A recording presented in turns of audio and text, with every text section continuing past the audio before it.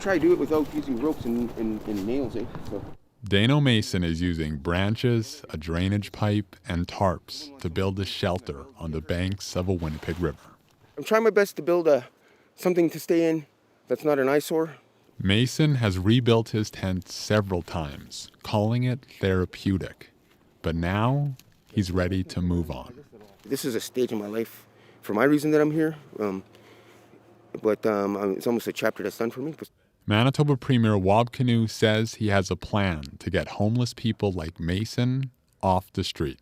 Let's make sure that the camp gets cleaned up, and then let's make sure that it doesn't get set up again. How many people will be helped or where the units will be isn't clear, but it will start in Winnipeg. A professor who studied homelessness is impressed, but he says he's heard it all before.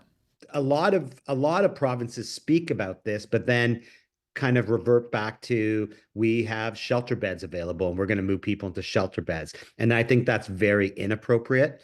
Jeff Carabino teaches social work at Dalhousie University in Halifax. He says Manitoba should approach camps with trusted allies rather than with force.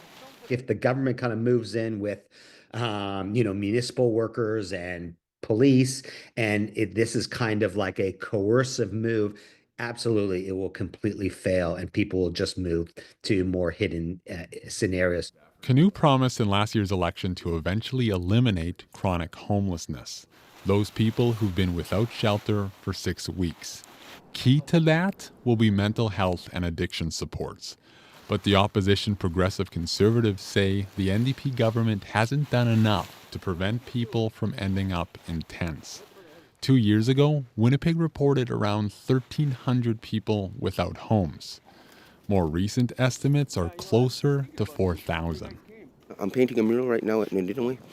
Back on the riverbank, Mason recalls how the loss of his son Phoenix 4 years ago caused his own life to spiral. He feels Phoenix telling him that it's time to find a home.